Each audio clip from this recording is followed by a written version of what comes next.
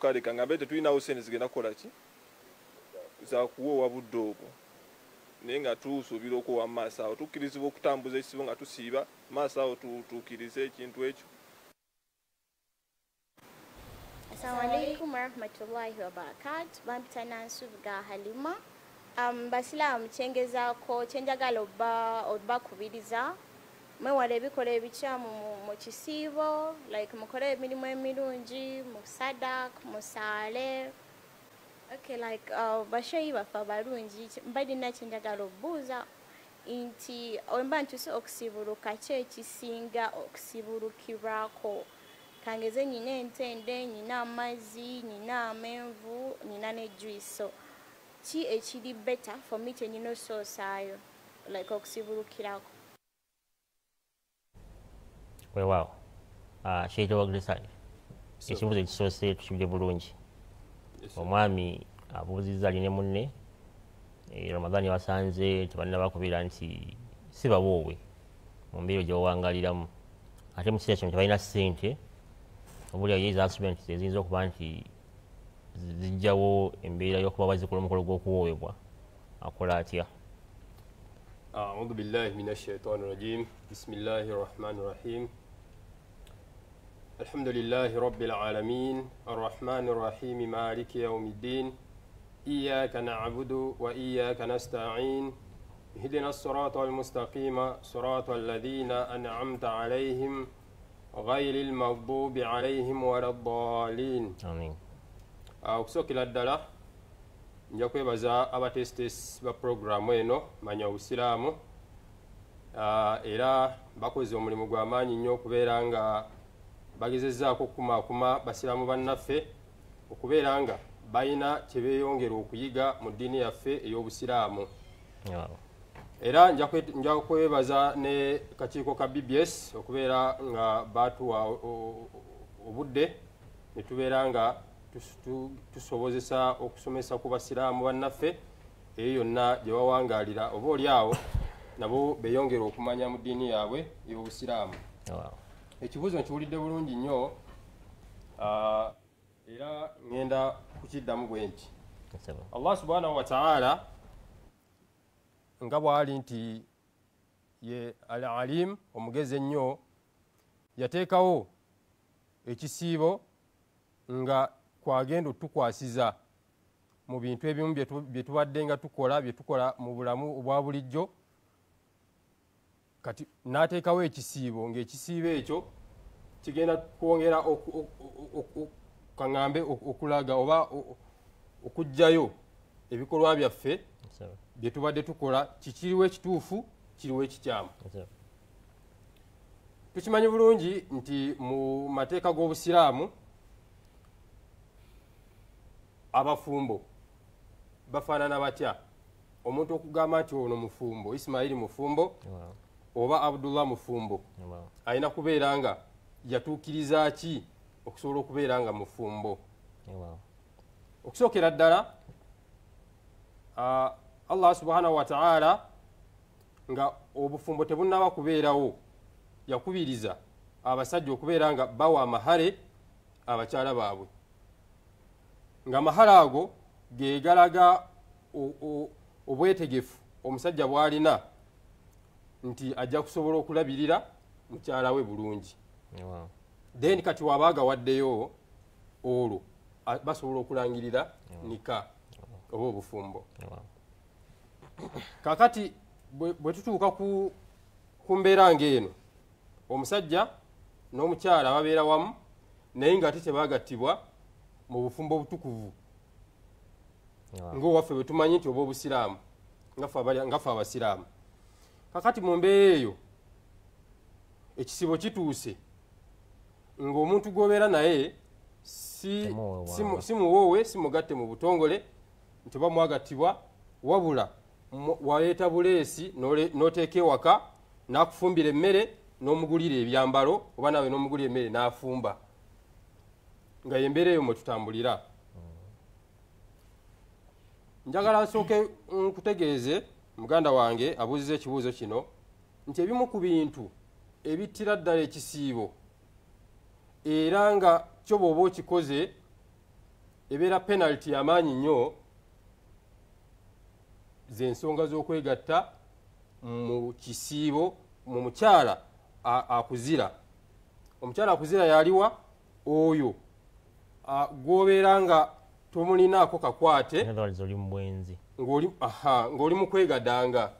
In other words, kyembadde ntegeeza nti omukyala oyo oba gwe omukyala nga weegasse n'omusajja ng'omusajja oyo temumanyiddwa mu bufumbo obutukuvu, ekyo kye kimu ku bintu ebisingira ddala okwonoona ekisiibo ky'omusiibi, era nga penalty yakyo y'amaanyi nnyo kubanga tukimanyi bulungi nti ogenda kusiiba ennaku 6 eziddiringanye.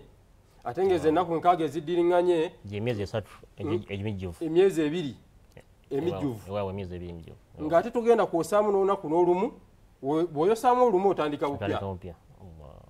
Oba nga tosobodde kugera nnaku 6 ezo, okusiba nnaku 6, ogenda kuliisa abanaku 6. Bw'oba nga tosobodde kuliisa abanaku 6, liisa omu mu nnaku okumala ennaku 6. Kaakati bwe tugamba nti nno okwegatta n'omukyala oba muli bafumbo, ekintu ekyo kyakkirizibwa mu busiraamu kukolebwa abantu abatukuziddwa mu bufumbo bwabwe, nga si Ramadhaani yokka wabula ne mu nnaku endala zonna tokkirizibwa kubeera nga weegatta na mukyala oba omukyala okubeera nga yeegatta n'omusajja nga tebakkiriziganya nga tebagattibwa mu bufumbo. Allah subhanahu wa ta'ala mu aya eyogera ku kusiiba mu mbeera z'okwegatta mu nnaku ez'ekisiibo agamba nti uhilla lakum lailata rafatha ila nisaikum, uhilla lakum lailata siyam rafatha ila nisaikum, nti okwegatta ekiro kwakkirizibwa,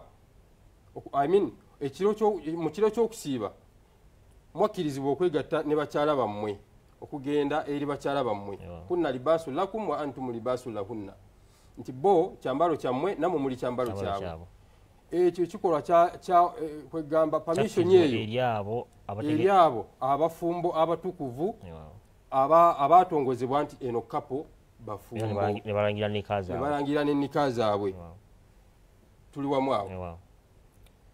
Abafumbo abo n'ekyo ekikolwa Allah yakibateerawo kiro, singa kiba kikoleddwa misana waba afaananye n'oli eyeegadanga nga teyakkirizibwa, kubanga nakino ekikolwa ekyemisana nakyo tekikkiriziddwa. N'abakkirizibwa nga bafumbo mu butongole, obufumbo buli bumanyikiddwa, naye era nabo babagaanye emisana. Kiba kitegeeza nti emisana kiba kifuuse kikolwa kya bwenzi, kikolwa kya kwegadanga. So mu ngeri y'emu naawe atali muwoowe, atali mugatte, si nsonga okikoze kiro oba okikoze. Waliwo akazi akagamba nti abantu abamu bagamba nti nze emisana sijja kikola wadde mukyala wange tetuli bagatte, naye ekiro emisana twasibye bulungi ekisibo kyaffe, kakati ekiro ndi waddembe. Nedda, ekikulu ekyo kibeera kyaziizibwa, era ofaanana nga kwegamba weegasse n'omukyala gotalina kwegatta naye, kyaziizibwa. Abali baffe abalungi njaba bategeeza nti waliwo essimu eyo eriko WhatsApp. Essimu eyo tufunirako obubaka wabula tetukuba masimu ku ssimu eyo. Essimu ez'amasimu inshallah bw'edibanga akadde katuuse nazo ojja kubanga baziteekako kuba oyita okuba nti okuba essimu obuuza ekibuuzo ky'obutereevu. Sheikh Yasin, mukyala Halima Nansubuga okuba ewandegeya abuuzizza nti alina ebintu bingi byasobola okusibulikirako, alina juice, alina amazzi, alina entenda, alina amata. Yandisaanye kuba nti asibulikira ku ki okubeera nti abreaking fast year? أعوذ بالله من الشيطان الرجيم بسم الله الرحمن الرحيم. Nga sinnaba kuddamu kibuuzo kya mukyalo oyo, njagadde mbeereko akatonotono mu kwongera okulambulula ensonga seeka waffe gyakamala okubeera nga annyonnyola, kubanga ensonga eyo nkulu nnyo, naye abantu bagibuusa amaaso neweesanga nti bakoze ebintu ebitasaana mu mwezi ogw'okusiiba, ate nga si mwezi ogw'okusiiba kwokka, kubanga kino ekintu kirina okutegerekeka bulungi nti obwenzi oba okubeera n'omuntu nga temuli mu bufumbo obutukuvu tekikwata ku mwezi gwa kusiiba kwokka, eyo nsobi y'amaanyi. Si mu mwezi gwa kusiiba kwokka nti weguba nga guwedde awo osobola okumuzza. Abamu balina enkola eno, amuzzaayo ewaabwe n'amalayo omwezi gumu, ekisibo kiggwa n'amukomyawo n'amuzza. Era still obeera okyalina ensobi. Kiringa omuntu ogamba nti azimba ennyumba naye nga foundation nfu, then n'agezaako okubeera nga kwegamba ateekako amabaati asereke ennyumba abeere ng'agiyingira naye ng'akimanyi bulungi nti omusingi mufu. So ennyumba eyo ne bw'onaagisereka bulungi nnyo n'oteekako ceiling n'ogikola design naye ng'omusingi mufu era ejja kumala ekugwire. So obufumbo obutali mu mateeka ga Buyisiraamu obutali butukuvu nga tebabawawa tebabagatta, bazadde tebabamanyi, n'abantu tebabamanyi, kuba hadithi y'omubaka nabiyuna Muhammad Mustafa sallallahu alaihi wasallam agamba nti alinu nika nti mulangirire obufumbo. Ng'obufumbo obwo gwali mu bufumbo obulangirira ddi? Baani abajulizi ku bufumbo bwo obwo bw'olimu? N'olwekyo ensonga eno balina okubeera nga abantu bagyekenneenya bulungi okusobola okubeera nga beddaabulula, si mu mwezi gwa kusiiba kwokka wabula n'omwezi nga guwedde oba nga tegunnaba. Tulina okukimanya nti kyaziizibwa era tekikkirizibwa mu Buyisiraamu. Ekibuuzo eky'omukyala kyabuuzizza nti ki omuntu kyasaanidde okubeera ng'asiibulukuka nakyo. Okusinziira ku hadithi y'omubaka nabiyuna Muhammad Mustafa sallallahu alaihi wa alihi wasallam agamba nti idha aftara ahadukum falyuftiru ala thamar, nti omuntu yenna oyo asiibulukuka kyandisaanyi abeere ng'asiibulukuka ng'akozesa entende. N'ayongerayo n'agamba nti fa in lam yajid, naye bw'atasanga ntende olwakola atya? Falyuftiru ala ma'i fa innahu tahur, nti n'olwekyo abeere ng'akozesa amazzi okubeera ng'asiibulukuka kubanga amazzi go gaba mayonjo. Byebyo ebintu ebibiri nabiyuna Muhammad Mustafa sallallahu alaihi wasallam byatukubiriza okubeera ng'ate tusiibulukuka nabyo. Ebyamenvu ebyo bijjanga luvannyuma, naye nga sookayo olwendo lw'amazzi, funa entende y'emu obeere ng'ate ogirya okutuukiriza sunna y'omubaka nabiyuna Muhammad Mustafa sallallahu alaihi wa alihi wasallam. Njagadde okwongereza ku nsonga eyo katono nnyo nti okusiibulukuka engeri gye kuli nti kuli mu swalatul magharibi. Swala ya magharibi tukimanyi bulungi nti erina obudde butono. Abantu abamu balina omuze ogusiibulukuka n'asooka alya n'abwegera olwo n'alyoka ajjukira swala ya magharibi. Wano mu kusibuluka n'amazzi oba entende oba eryenvu bye bintu ebyangu by'osobola okukozesa n'olyako n'ogenda mu swala. Tekitegeeza nti ogenda kusooka kulya kubwegera okute, kubanga yo swala ya magharibi yo nyimpimpi. Kati tuba tukozesaayo otuzzi tutonotono oba entende bw'oba ogina alhamdulillah. Ate entende nnungi nnyo kubanga kyekintu nabbi sallallahu alaihi wasallam naye kyeyakolanga ki kyasibulukirangako ebiseera ebisinga obungi. Kakati bw'oba okalina ako kagaaye teekayo akazzi katonotono genda osaale swalatu magharibi.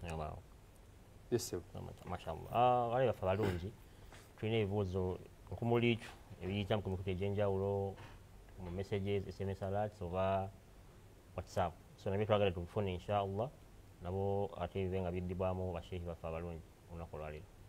Kale tubifune inshallah. Ekibuuzo ekyokubiri, senga mbadde njagala okuwasa omukyala era omukyala nga yo okuwasa mu muyina nga waali naye nga baganda be okumuwuuwa nga baganda be babeera wala nnyo tebabeera kumpi na wendi, nsobola kumuwasa ntya mu kuwuuwa? Wow. Yasin, batandike n'omwami oyo agadde okubeera nti awasa munne naye bawali bali wala tebali wakola atya? Tweyanziza nnyo ekibuuzo ekyo, kibuuzo kirungi nnyo.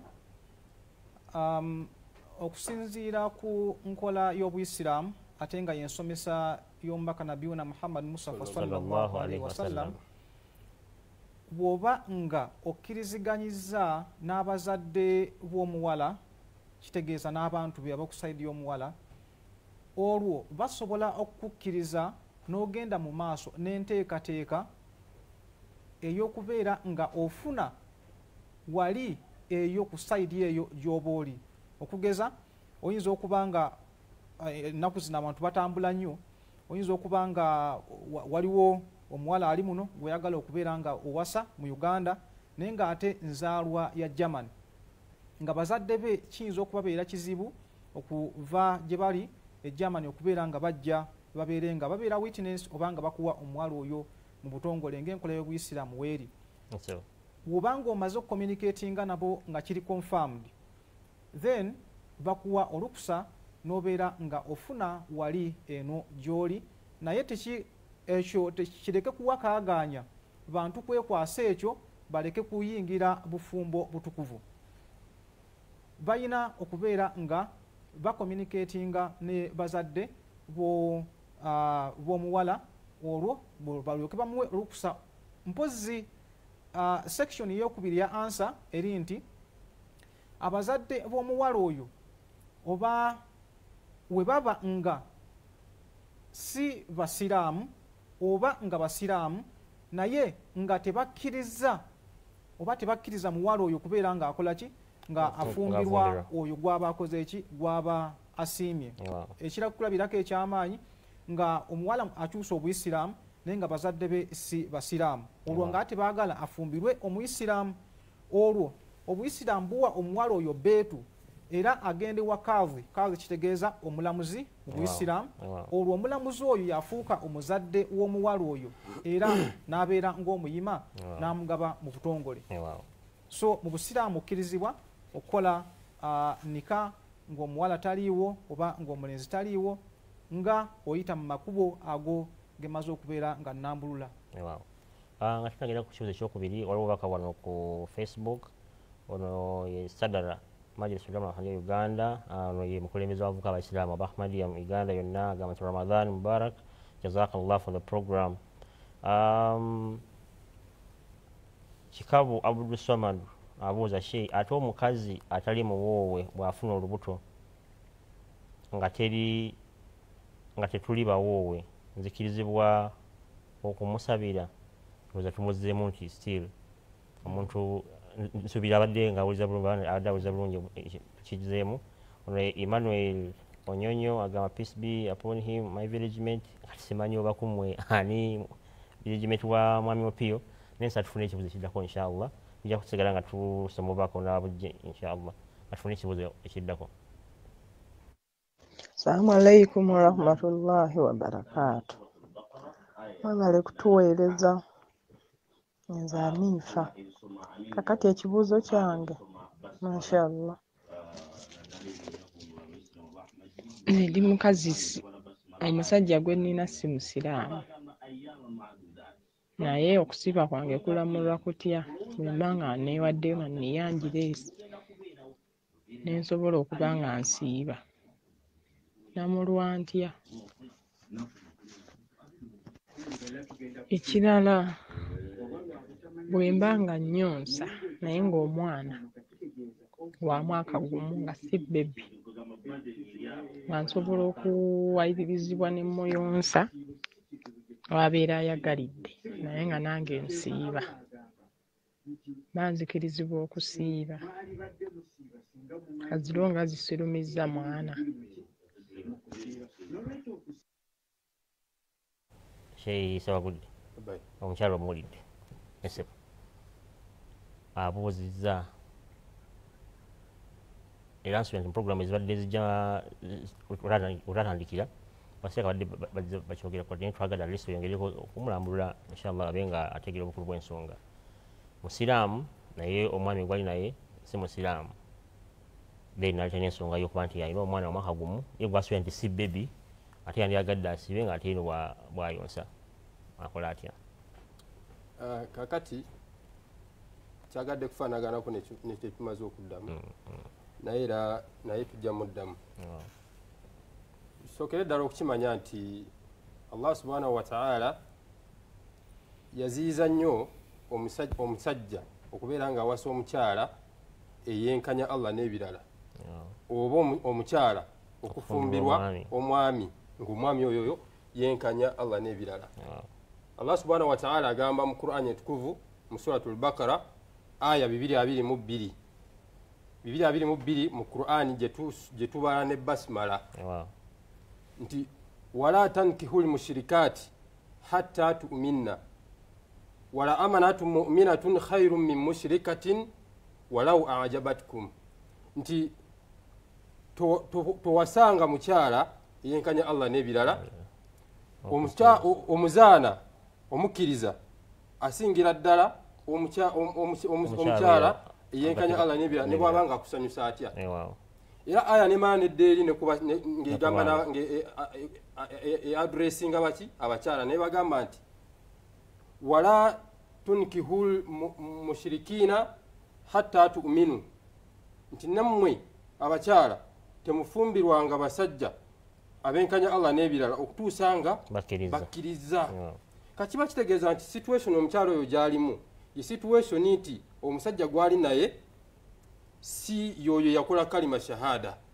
Tukimanyi bulungi nti okukkiriza nti omuntu ono teyenkanya Allah n'ebirala kwe kwasanguza nti Allah ali omu, la ilaha illa Allah Muhammadu Rasulullah. That is the kalima shahada, yoyo kalima shahada. Era yeyingiza omuntu obusiraamu. Kakati gweteeke mu bigere olina omusajja gw'otamanyi nti yenkanya Allah atasanguza ekigambo ekyo ekitayitangako ku mumwa gwe nti nze nkakasa nti Allah ali omu era ne Muhammad sallallahu alaihi wasallam mubaka wa Allah. Ezo qualities oba kwegamba bwe bulungi eddiini y'obusiraamu bweraga abagoberezi baayo nti kyateekebwawo nga kiri open oba nga kyerufu bulungi nnyo baani bw'olina okuwasa baani bw'otalina kuwasa. N'olwensonga eyo omukyalo oyo nja mukubiriza abeere nti agezaako nnyo okulaba nti ayogeza mwami we amuyingize mu ddiini y'obusiraamu bw'aba nga tagiyingiranga era bafube okulaba nti bave mu mbeera eyo gye balimu tekina kyekitwala kubeera nti nammwe mutukuza obufumbo bwammwe. Kati ekisiibo kye kiramu kitya alamulwa atya? Allah yasinga okula yamanyi bw'alamula era sijja kugamba nti Katonda ekyo ajja kigaana wabula okusinziira ku qualities omusibiza alina otuukiriza ekisiibo ekyo kibeere nga kikkirizibwa nga era bwe nazzeemu ekibuuzo ekyasoose. Kati awo tubeera tuli mu kubuusabuusa oba ekisiibo kye kinakkirizibwa. Mpozi okwongeraku katono ku kibuuzo kyennyini kyekyo kiringa kuba omuntu yandibadde yeebuuza lwaki tuteekako nnyo essiira nti omusiraamu tuteekeddwa kgenda owase atali muisiraamu kuba bonna bantu tuli bantu be bamu so lwaki kyandibadde bwe kityo. Kiringa omuntu ayina mayika kamotoka akatono eyandigambye nti nange lwaki sidira mupiira gwa tractor nange nenguleeta nenguteeka kamayika kange kasa gyonna mipiira kuba kasa gyonna mipiira netutambula netulaba oba obalansinga so ensonga wano eri yakubalansinga gwe bw'ogenda ku muntu nga wa ddiini ndala tegeera nti olinga omuntu addidde omupiira gwa tractor nagubereka kamayika kabeere ngamba kakongojja nagwo omupiira gwa mayika oguteeka ku tractor olabye ddala ng'olikolera ddala opposite so kijja kuba nga kikosa gwe mwennyini ate obeere nga weesanga ng'oli mu mbeera Allah kyatayagala embeera eyo egy'okubeera ng'enulifayinga ekisiibo kyo. Musekeni butono era agambye ne kuyonsa omwana omwaka gumu ye gwasuubira nti kusaidi ye wa mu ndowooza ye nti si bebi ate nga alina okuyonka akola atya? Omukyala abanga ayonsa takkirizibwa kubeera ng'asiiba era bazze bakyogerako wano era bazze nga basheekha abaatusookawo bazze bakyogerako nti omukyala kasita abanga ayonsa tokkirizibwa kubeera ng'osiiba oba mu ngeri omwe endala golooza nti omwana muto terakosebwe naye kubanga eddembe ly'omwana oyinza oliyingiddemu omwana togenda mupimira nti kati zino essaawa zalina okuyonka ye omwana wayagalira wayonkera. Omukyalo oyo engeri gy'abuzizaamu ekibuuzo kye kwegamba alina engeri gyakireeseemu ng'alaga nti kiyinza obutakola ki obutakosa mwana naye yegendereze bulungi kubanga obuyisiraamu bwo bukuba sayidi zombi. Omwana oyo gwoyinza okugamba nti ajja kuba takosebwa well and good oba omutandisiza okunywa kuba agambibwa mwaka gumu aba atandise okunywa weewaawo n'okulya ng'ali ddala bulungi so ayinza obutakola ki naye ako kayonka akatono jjukira naawe aba ayonka mmere eri gy'okoze eki gy'oba olidde emmere gy'oba otaddemu nawe gy'aba ali okuyonka kaakati naawe ojja kuba weekosa oba tolikosa mwana ate kati naawe ojja kuba weekola ki oli kwekosa gwe mwennyini nnyini lwankubadde ng'ensonga eno teyogerwako mu Qur'ani y'ekitiibwa naye nabiyuna Muhammad Mustafa sallallahu alaihi wasallam ya classifyinga oba ya categorically yadira omukazi ayonsa n'omukazi ali olubuto n'abateeka wamu n'abantu abalwadde so mubeera mu classe y'abantu abaki abalinga abalwadde kubanga mu mbeera zaabwe eza bulijjo osobola okubeera nga osiiba.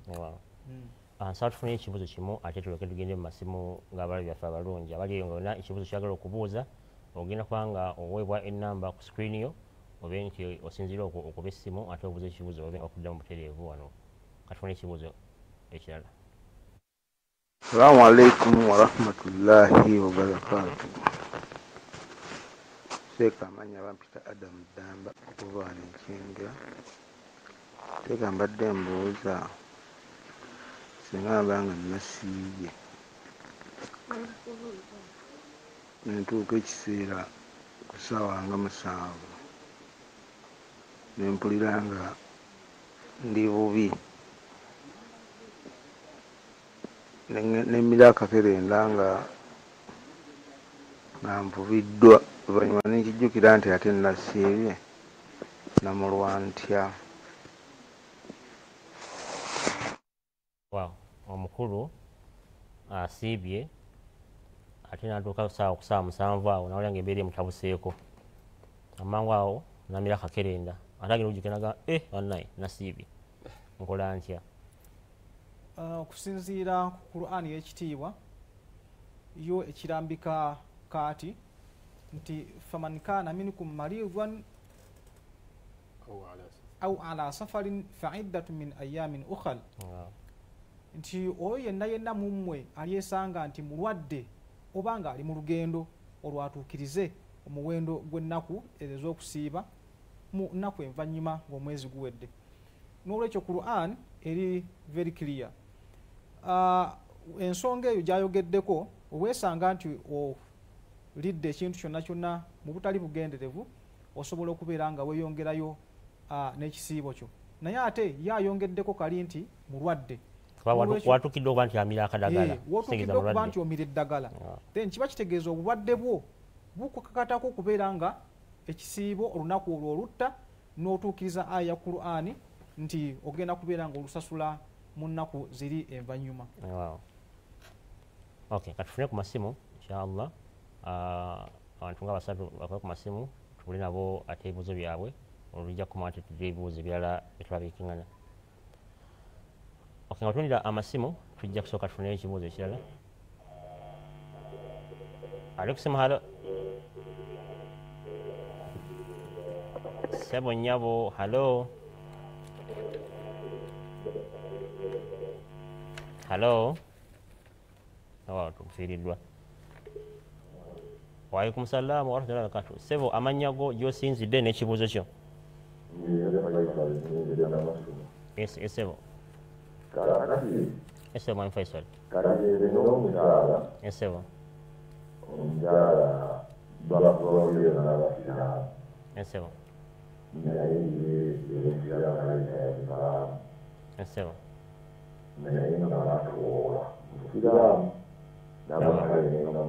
Wow. Wow.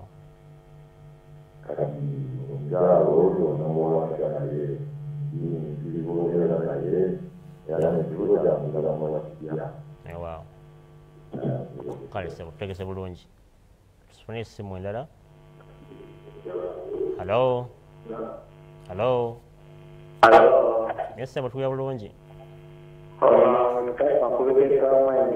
Mwami ani? Yes, sebo mwami Mustafa. Yes, sebo.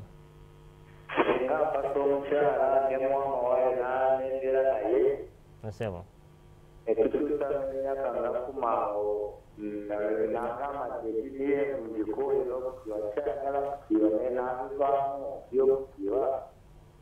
Wow.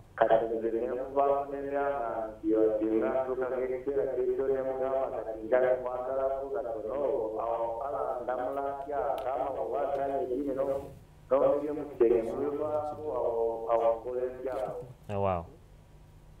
Kale sebo tegese bulungi. Ndoza tutandike ne mwami Mustafa Kamwenge. Wala nja kwebaza mwami Mustafa kuba ndowooza busatanga program eno. Kansubiri omuyo mwami Mustafa akube simu kuve Kamwenge buli program abeera n'ekibuuzo era abeera ready okuba nti abaako kyabuuza era wamukisa okuba nti ye ate ayitamu n'okusinga abalala.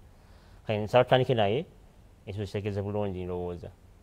Omukyala ate naye yamuwa bulungi amahala gamuwadde naye olumaze ate n'agamba bino nkoze ki sikyayagala kumanya mbisuddewo eddiini yo bisibo byo bwamanyi esebo. Okuddamu ekibuuzo ekyo okusookera ddala kisinziira ku foundation nga bwe mwakola ki bwe mwazimba ekintu kyammwe. Ebiseera ebisinga ebizibu nga bino biva ku ntandikwa wawe mwava era omukazi wakola ki wamugjawa n'omwami ki gwe wafuna wobanga oli mukyala. Kuba oli watuuke okugamba nti ekisiibo kyo nti abirese okusalako okwo then kiba kitegeeza tiyasomesebwa Buisiraamu kyeki tiyasomesebwa ddiini kyeki. Awo be bantu b'osanga nti ebiseera ebimu oba oli awo yakyusibwa bukyusibwa lwakubeera nga awasa mukazi oyo oba lwakubeera nga omukyala afumbirwa omwami ate n'atasomesebwa. Kaakati okusolovinga oba okugyawo ebizibu ebyo byonna byonna tukubiriza abawuliza baffe tukubiriza Abaisiraamu abakyala n'abaami okubeera nga beewala nnyo mu ntandikwa kuba ebizibu bino byonna byonna kati saawa eno bali kutubuulira amasimu ge bakuba of course batubuulira ekintu nga kiri ku ntikko.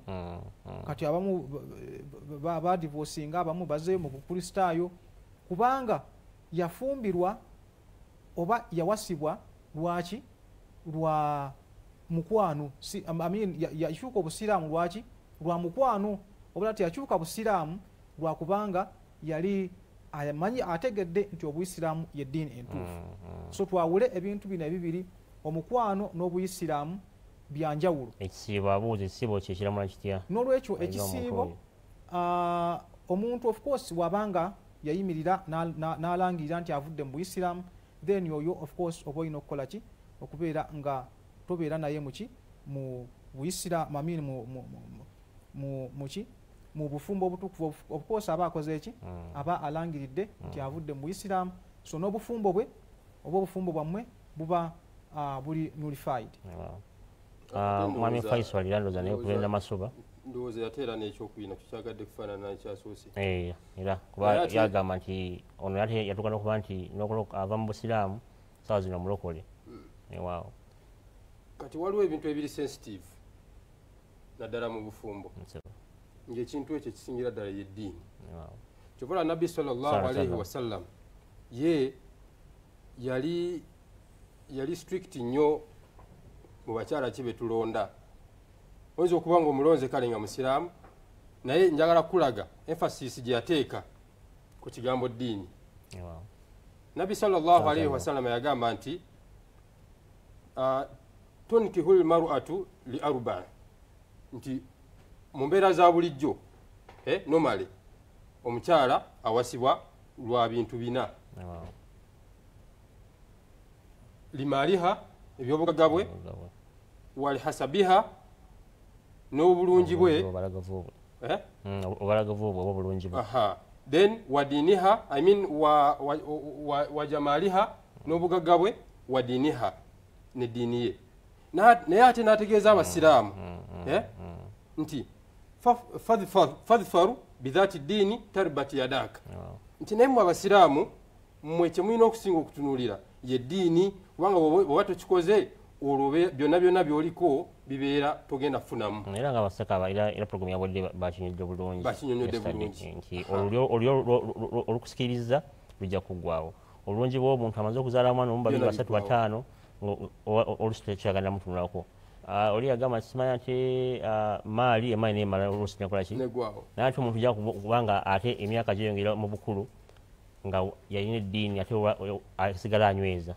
Kati abazzeeyo kati n'olwekyo omuntu ng'oyo nze ndowooza era kyova olaba Allah subhanahu wa ta'ala yalagira oba yateekawo ebbeetu ku basajja nti awase abakyala bana. Kati omukyala ng'oyo adinawunsinze oba avudde mu busiraamu oyina eddembe gw'omusajja genda owase omukyala omulala owase n'omulala oba olabanga naye agenda kubeera ng'oli kwegamba bw'otuukanga mu mwezi nga guno obeera seefu. Ate era n'ekirala nze mba nsuubira nti omukyala ng'oyo oba temukyasobola kubeera wamu.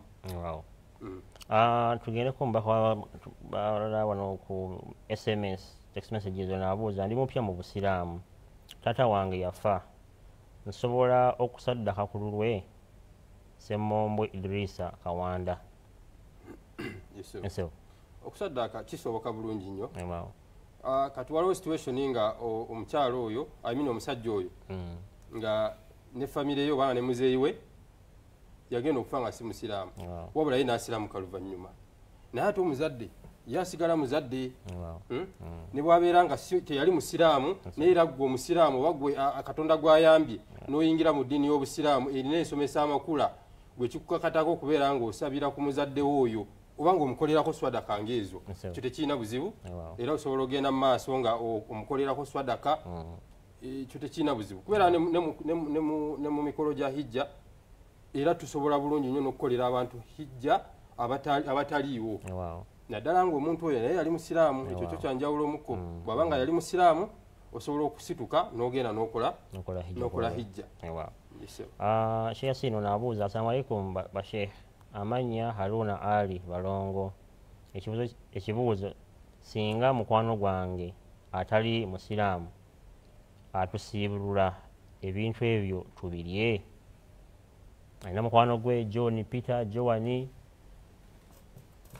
asazeewo amusiibulule ebintu ebyo okkirizibwa okubirya provided akakwakulizo kamu nti ebintu ebyo birina okubeera nga bigwa mu ttuluba lya halal and for you birina okubeera nga era bigwa mu ttuluba lya tayyib.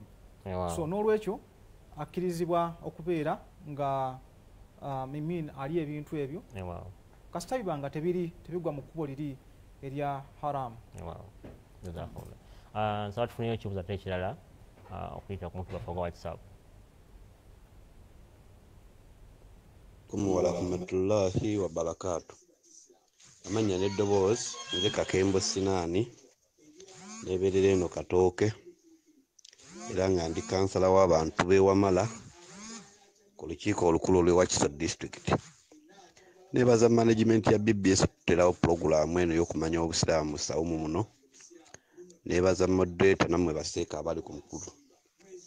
Nina ekibuuzo mbuuza abasiraamu baseeka batukubiriza nnyo okusoma Kulaani musome Kulaani mu kisiibo naddala mu kisiibo wemba Kulaani ngimanyi mu mutwe abasiraamu bannange bagimanyi mu mutwe suula zibamanyi mu Kulaani bwe babanga buli wali bagisoma ekkirizibwa oba nina kubikkulanga kitabo buli ddakiika nti mbikkula Kulaani nengisomamu. Bantegeerekese bulungi nti wemba nga ngimanyi mu mutwe nga nina wentudde mu ofiisi oba ku mulimu nga mbeeraawo nsoma ekkirizibwa oba nina kubikkula kitabo nga baseka batugamba nti musome nnyo Kulaani muzikubeko enfuufu. Assalamu alaikum warahmatullah. Assalamu alaikum. Nsuubira ategese bulungi era oba ategese bulungi. Esebo ekibuuzo kye ansa eri nti byonna asobola okubeera nga akola ki nga abikola bw'obeera nga oli hafiz nga wakwata Qur'ani ku mutima oba ku mwoyo ng'ogirina osobola okubeera nga ogisoma woli wonna wonna actually hatha afdal ekyo ekisinga ddala okubeera ki n'ekirungi nti watuuka ku ssa erikukwata Qur'ani n'ogiwa obwagazi obwo n'ogikwata yonna yonna n'ogiteeka ku mutima nobeera ng'osobola okubeera ng'ogisoma ng'ate tolabyeko ekyesinga ddala obulungi naye era tekigaana kubeera ng'era okwata Qur'ani eri nayo obeere ng'ate nayo ogisoma byonna byonna bikkirizibwa mu Buisiraamu teri kiri haramu teri kyaziizibwa gwe wagimemorizinga afdal gisome okusinzira ku ngeri gimemorizingamu n'oyo atagimemorizinga akwate ekitabo nga Qur'ani naye abeere ng'ate akiyisaamu amaaso ate era nsubira yali enkola y'omubaka Nabbi Muhammad sallallahu alaihi wasallam waaw so talina buzibu bwonna okubatira mu kugibikkula naye ate agibikkudde naye afunamu emikisa okubikkula Qur'ani oba ng'ogisoma oyinza okubeera ng'oli hafiz naye ate nga bw'omanyi ebintu bino biva mu mutwe kakati nze mbadde ndowooza nti nakyo kirungi naye ate nakyo kyandibadde nti abeere nayo nti asome ng'agirina wano then kubanga osobola otuuka awantu nga obuzaabuziddwamu then awo tunuleyo nga bw'ogenda mu maaso osuubira n'okugibikkula nako kulimu empeera kyobula n'atamanyi kusoma naye bw'abikkula bubikuzi ku Qur'ani eyo n'ayitamu buyisi n'ayisaamu buyisi amaaso nga tamanyi kusoma era Allah tamulekerera awo kati wati ate gwe amanyi okusoma ate nga era ogibikkudde kuba kifuna mu ya Nabbi salama ye nga tamanyi kusoma naye yagijjanga kuki ku mwoyo era yali hafiz yasookera ddala wa Qur'ani entukuvu nsala tufune ekibuuzo ndo zekisembayo okusaidia WhatsApp awo then ate tuleke tubaye nga tufuna ebirala kwanaba biika mu bungi wano naye tubire nga tubikwatako inshaallah. Assalamu alaikum warahmatullahi wabarakatuh. Seka mwebale kutuweereza amannya nze Umaru Mabanda Sudaani wano.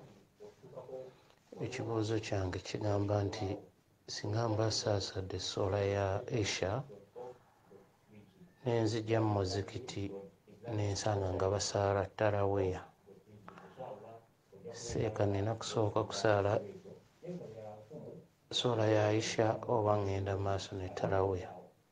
Assalamu alaikum warahmatullah. Assalamu warahmatullahi wabarakatuh.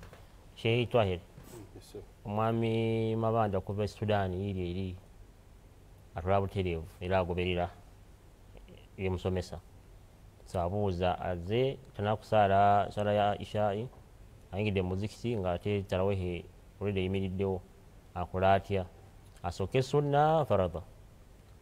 So mwami Mabanda tukwebaza nnyo eyo yonna gy'oli kubeera nga ate otambula naffe ku programu eno manya obusiraamu okusiba omwezi gwa Ramadhan. Kakati waliwo swala ezalalikibwa ku musiraamu era tuzimanyi swala ettaano Allah zeyalalika eri Nabbi sallallahu alaihi wasallam era na buli musiraamu yenna era nga zatteeka era nga anti ze zatteeka eza farada. Kakati nga swala ya tarawih yo ejja ya mu kisiibo kandi olw'ensonga eyo bw'osanga nga swala eyo eyimiriddewo tukimanyi bulungi nti erina raaka ennyingi erina raaka 8 then ne witiri 3 raaka 11 waliwo abasukkawo naye kati tova eri n'ogamba nti olw'okuba eno yerina raaka ennyingi nti yeyenkizo ku eno era toyina ngeri yonna gy'ogenda yimirizaawo swala ndala nga tosoose kuyimirizaawo swala ya farada.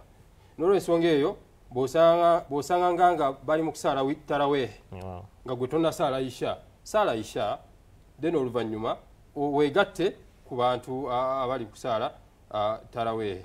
Si nsonga ogenda basanga bali ku raka ya 6 ya 8 gw'obasangidde junga buyunzi gendera awo era imaamu watolera salaamu nga swala ewedde tekikwetaagisa nakudda mabega kugamba nti waliwo ennya zennamiisinze kasooke nziddemu kale ate waliwo ne situation endala nga zombi swala zino nakyo kankyogereko nga zombi za faragwa oze bali kusaala swala ya Isha naye nga ate gwe tonnasaala magaribi era toyina ngeri yonna gye weeyunga ku swala ya isha olw'okuba ya faradha nti olw'okuba ya jama olw'okuba ya jama imaamu waali ayimiridde bayimiridde nti ate gwe ogenda osooka weegatte ku eyo tekikkirizibwa sooka osasule ebbanja olyoka okole ki oyimirizeewo swala endala egenda mu maaso era bw'osangira imaamu oba osanze ekola kabiri then kakati olina okusituka oluvannyuma obeere ng'otuukiriza era kezisembayo ziwamisinze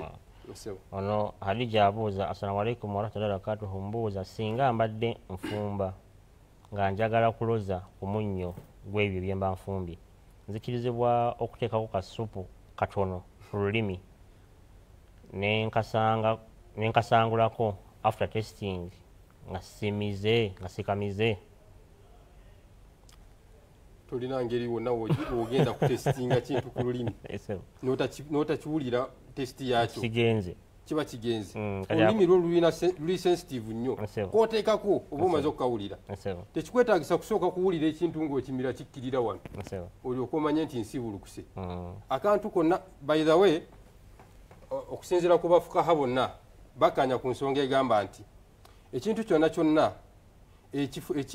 ekiyingira mu mubiri gw'omuntu kyonoona ekisiibo ky'omuntu oyo ekintu kyonna ekiva wabweru nekiyingira mu bugenderevu nekiyingira mu mubiri gw'omuntu kati ng'okunywa okuloza ku bintu ng'ebyo munnyo sukaali kiba kiyingidde kivudde waabwe nekiyingira ekyo ebintu byonoona ekisiibo ky'omuntu kati ate era ne bagamba nti wabula kiri vice versa ate ku swala oba ku wuzu nti ate ebintu ebifuluma okuva mu mubiri gw'omuntu nebifuluma ebweru ebyo byonoona wuzu naate ebiva ebweru ne biyingira ebyo ebyonoona ki ekisiibo n'olwensonga eyo tolina ngeri yonna gy'ogenda kunoza okujja nga togenderedde tolina ngeri yonna gy'ogenda kunoza munnyo oba kasukaali n'okateeka ku lulimi n'otawulira tesiti yaako kati eyo tesiti gy'owulidde eyo osiibulukuse okugjako nga okikoze togenderedde nsaba tufuneyo essimu emu omukubi akuba asembayo olunaku olwaleero tube nga naye tulaba otumuddamu ate tuleke tugende mu bibuuzo wano ebirala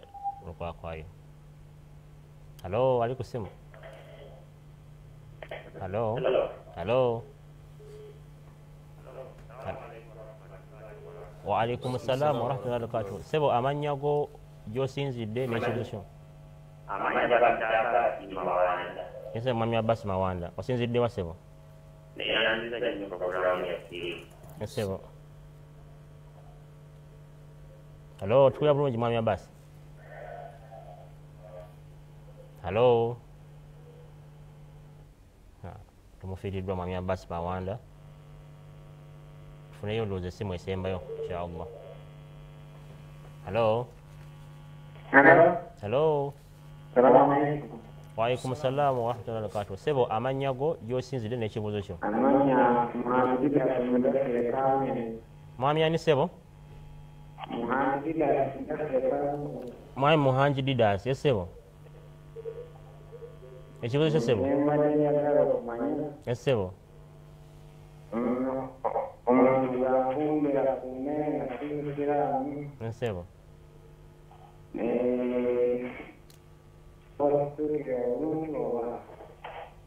Yes Sebo?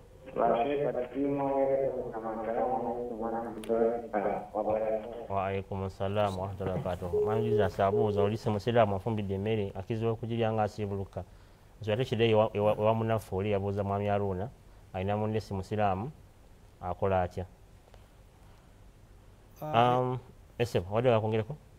No, ekitwakizzemu. Waaw. Ono agamba nti assalamu alaikum Sheikh, nze Abdul Hakim Mutukula Kyotera. Seeka nnyina mukwano gwange alina omukazi si musiraamu. Bakadde be bali mu South Sudan ate bo tebaagala bafumbirigane ate nga balina n'omwana. Seeka obusiraamu bulambula butya? Alina mukwano gwe? Alina omukyala si musiraamu ate bazadde be era tebaagala akoleki? Bazadde b'omwami tebaagala afumbirigane n'omuwala ono naye lwedde bakola ki? Balina omwana. So obusiraamu bwalamula butya? So ekyo already twakizeemu wano ku ntandikwa. Twakirambuludde bulungi nti tokkirizibwa okusinziira ku compatibility oba okwenkanankana okubeera nga mwenna muli ku level y'emu. Oli wabeera nga mukristaayo gwe ng'oli muisiraamu, tegeera nti mba temuli kwenkanankana. Kiringa nawadde example, oli wanaddira omupiira gwa tractor n'aguteeka ku kamaayika oba ogwa maayika n'aguteeka ku tractor. So emipiira ejja kuba nga tekikola ki, tegyenkanankana. Bw'okiwaliriza then ojja kulaba consequences oba binaddirira mu maaso ebinaavaamu byebyo ge masimu ge tujja okufuna nti ate seeka omukazi wange ate amazina addayo mu kristaayo ate kati nkole ntya, ebyo bwe bityo. Okubyewalira ddala tutandikire wano ku ntandikwa. Tuwasa atali musiraamu, genda abasiraamu bangi ennaku zino abasiraamu bayala, genda ofuwefunire omuisiraamu obeere nga gwokola ki, gwoyingira naye mu bufumbo obutukuvu. Atali muisiraamu mwesonyiwe, kubanga ne nabbi wona Muhammad sallallahu alaihi wasallam era nga bwe yakirambika yagamba fadhfaru bidhati ddin, mulondenga nnyo abakyala oba abantu abanaddiini. Ekyo kisinga ddala obulungi. Bwe mutakikola then nga bwe mbagambye ebinaddirira mu maaso gwo ona binyumiza. Assalamu alaikum. I was inquiring whether it is acceptable to sniff medicine during fasting. For example, eucalyptus oil to get relief with headache. Assalamu alaikum. Eryo ddagala bakozesa nga ya kukola ki, kubanga maybe alina kulisa mu nnyindo akola atya. Kakati waliwo n'embeera nti mu sekendi 3 sibule. Okay. Kakati omuntu ng'oyo omutwe gumuluma. Omutwe gumuluma. Asiibye, abadde asiiba ne yeesanga wakati nga omutwe gumuluma. Ng'abadde si mulwadde naye ate omutwe ne gukola ki, ne gujja gwecyangamu okwangu. Kakati akkirizibwa oyo omuntu afaanana bw'atyo okubeera nga abeerako ke yeesiiga oba mu feesi oba mu kyenyi, kati nga buno bugundi tekirina buzibu. Kubanga era waliwo ne Nabbi sallallahu alaihi wasallam we yagambira nti omuntu yenna kasita abanga oba ennyindo afunyemu obuzibu mu nnyindo, ennyindo emuluma, asobola okusiigamu eddagala, asobola okubaako kaateeka mu nnyindo kwegamba obulumi buli obw'ennyindo. Wabula ekizibu ekiriwo nti talina kubeera nga eddagala eryo nga lyakumira bumizi, naye kiba kyakusiiga kwesiiga, ekyo kyo kiryoke kisobola okukkirizibwa. Abakadde baffe tubeeyanza nnyo ddala, era tusaba nti inshallah munaaba nga tufunye akadde akalala nga tubayise, tusaba inshallah mube nga ate mukkiriza okusaba kwaffe mukomewo, kuba ebibuuzo byo bingi, asiraamu bakyabuuza ebibuuzo bingi, tube nga ate tukutanya ensonga ezo. Omulabe waffe omulungi nkukakasa nti yadde todibbwamu wano, era waliwo akaseera ng'ojja kubira essimu kinnoomu, basheyi baffe ab'enjawulo nga bakuddamu, so temukoowaka nti muweza ebibuuzo ebyo, era bajja kubanga bakuddamu butereevu obe nga ofuna kibadde oyagala okumanya. Njagala tutwala mukisa guno okuba nti neeyanza bakadde bange abali eyo mu production team, ali Ayubu Bagwemu ne ttiimu yo, tubeeyanza nnyo okwerekereza kwonna kumwerekereza ne mwewaayo okubeera nti puroguramu enna mwebanga muweereza, tusaba Mukama Katonda asomessinga okubeera ekirungi. Sijja kwerabira bakadde baffe abajja Ahmadiyya Uganda okubeera nti puroguramu eno bafuna kyonna ekisoboka okuba nti bagifugira okubeera nti erimirawo bulungi, namusaba Mukama Katonda akize ebisibo byammwe, akize emirimu gyammwe emirungi, era abagaziyize byengera ebinaaba bivudde mu kusiiba kuno, amalina ebizibu byammwe. Sijja kusukka wano, nsaba tusinkane enkya omwanyizi wa puroguramu eno Ssegadde Ssegonyi Ismail Kiyemba, okuggyako akalala kenjagala bajjukizaako nti website yaffe gye twabagambako wano www.islamictreasury.org.ug osanga ebyengera ebinyuvu ebitabo ebyenjawulo, mwasogera n'obanga naawe ofuuka musomesa gy'oli nga obisitiza omukutu ogwo, omutimbagano ogwo, okubeera nti ofuna amagezi ag'enjawulo kuba bibuuzibwa wano. So tusaba nti obe nga n'emikutu emirala gye tulina ku Facebook True Islam Uganda ne ku YouTube era still True Islam Uganda, ejasanga puroguramu ennyuvu ez'enjawulo, oyongera okuba nti oyongera okuyiga obusiraamu bwo n'okumanya. Inshallah tusinkane enkya, nsaba Mukama Katonda abankuumire, tube nga tusinkana bulungi enkya, tusaba era akize okusiba kwaffe, twetanye nnyo okukola emirimu emirungi nga kibalize batulambulira. Assalamu alaikum wa rahmatullahi wa barakatuh. أيها الذين آمنوا كتب عليكم الصيام كما كتب على الذين من قبلكم لعلكم تتقون. بسم الله الرحمن